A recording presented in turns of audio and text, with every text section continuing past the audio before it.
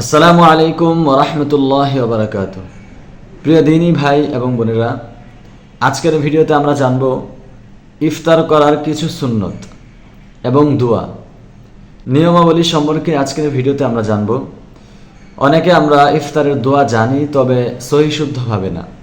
আজকের ভিডিওতে আমরা সহিশুদ্ধভাবে ইফতারের দোয়াটা শিখে নিব, সাথে সাথে কিছু সুন্নত জেনে নিব।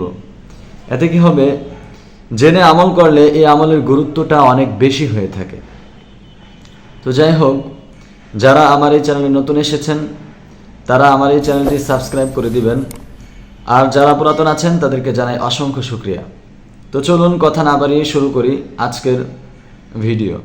ইফতারে কিছু সুন্নত আছে, অনেক সুন্নত আছে, তবে কিছু সুন্নত বেশি উল্লেখিত।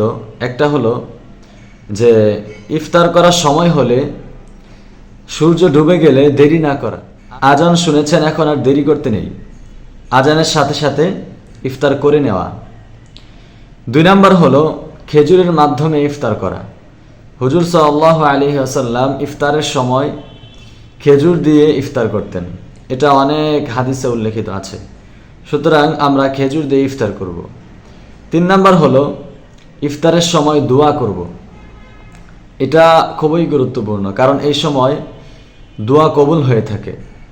যারা যারা অবিবাহিত আছেন তাদের জন্য এই রমজান মাস খুবই গুরুত্বপূর্ণ একটা মাস, সবার জন্যই, তবে তাদের জন্য বেশি। আর ইফতারের সময়টা খুবই গুরুত্বপূর্ণ, কারণ হচ্ছে বিয়ের সময় সকলেই ভালো মেয়ে খোঁজেন। সুতরাং ইফতারের সময় আপনার ভবিষ্যতে হওয়া স্ত্রীর জন্য দোয়া করবেন। এটা হলো আমার পক্ষ থেকে একটা পরামর্শ, কারণ এই সময় দোয়া কবুল হয়। এই সময়টাতে আপনারা বেশি বেশি পাঠ করবেন, রব্বানা হাব লানা মিন আজওয়াজিনা ওয়া যুররিয়াতিনা কুররাতা আ'ইউনি ওয়াজআলনা লিল মুত্তাকিনা ইমামা। এই দোয়াটা বেশি বেশি পাঠ করবেন। আমি জানি সকলে এটা জানেন, না জানলে অবশ্যই শিখে নেবেন। 4 নম্বর হলো ইফতার করার আগে দোয়া পড়া। আজকে আমরা এটাই শিখব। আমরা জানি অনেকে, তবে আজকে আরও সহিশুদ্ধভাবে জানব। ইফতার করা দোয়াটা হলো আল্লাহুম্মা লাকা সুমতু ওয়া আলা রিজকিকা আফতারতু। আমরা আবার ভালো করে শুনে নেই। আল্লাহুম্মা লাকা সুমতু ওয়া আলা রিজকিকা আফতারতু। সারাদিন রোজা রেখেছেন, ইফতার করবেন, এই সময়টাতে অবশ্যই অবশ্যই এই দোয়াটা বেশি বেশি পাঠ করা।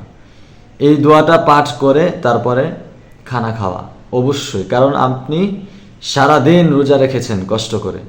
এখন আপনার খাওয়াটা হোক সুন্নতি অনুযায়ী। তো যাই হোক, সকলের ভালো কামনা করে ভিডিও শেষ করছি। আল্লাহ হাফেজ, সকলে ভালো থাকবেন।